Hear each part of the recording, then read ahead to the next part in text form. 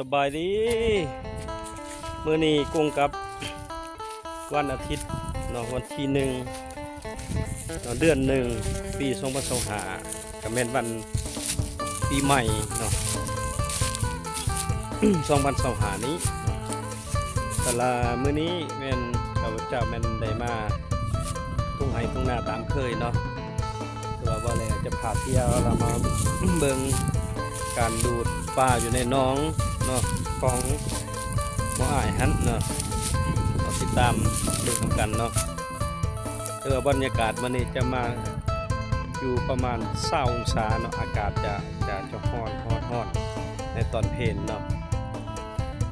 บรรยากาศอยู่ทุ่งไร่ทุ่งนาบ้านนาว่าเนาะละมาแขวงใส่กล่องเนาะ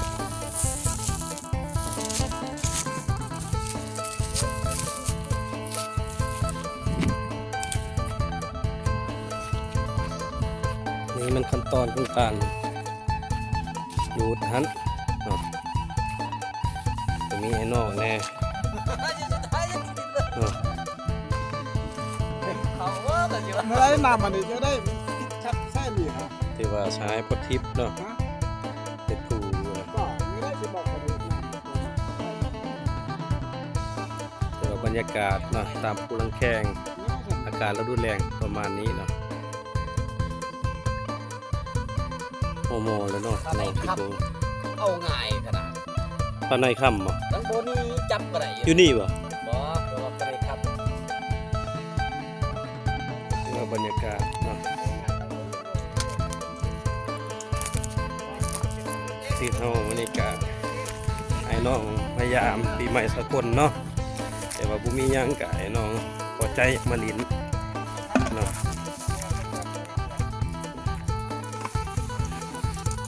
นี่ แนวเนาะ ใช่ดอกคูณเนี่ยคนทิพย์หัวพายเนี่ยต้องใส่เนี่ย ใส่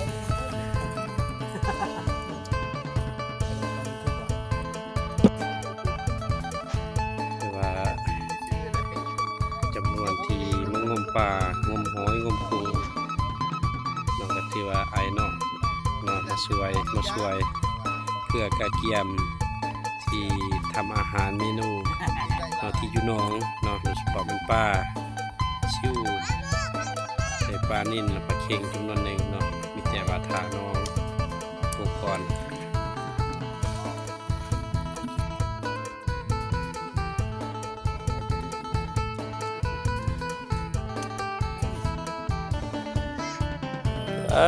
น้ำ16แล้วเนาะรอถ่ายอีกประมาณ25นาทีเนาะอาจจะบุกแล้วเนาะปัจจุบันนี้ไอ้น้องเขากำลังขุดค้นเนาะขุดค้นว่าป่าจะมีอยู่บ่นี่บ่หรือว่าในใดเนาะจำนวนหนึ่งก็สมควรและกุ้งเนาะปุ่นมี3-4หม้อกระตุกปุ๊บกระตุกปุ่นเนาะหม้อจำนวนหนึ่งอีกเพื่อบรรยากาศวันนี้เนาะบรรยากาศกับอากาศจะเป็นใจแน่เนาะจะล่มแน่คือว่ามาเบิ่งคือจริงเนาะ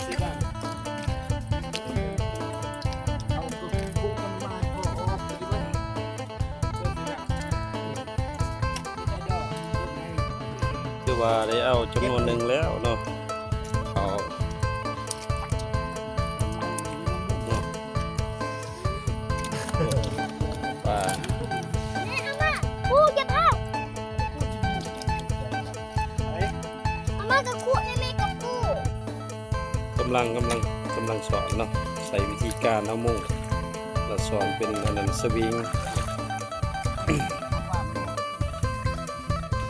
ตัวใหญ่เป็นหมดสอง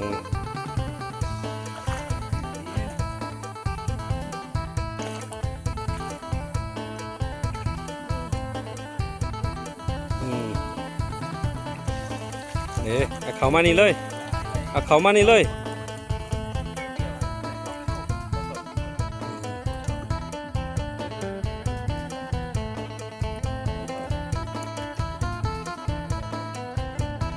2 ตัวเนาะโยนมาเลยเอาพอปลาขาวเนาะปลาปากบ่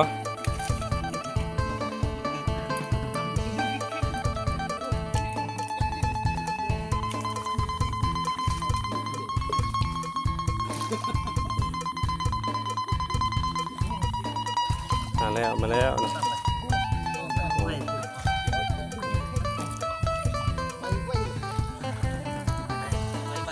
นี่มาคือออกมาเลยบรรยากาศนะ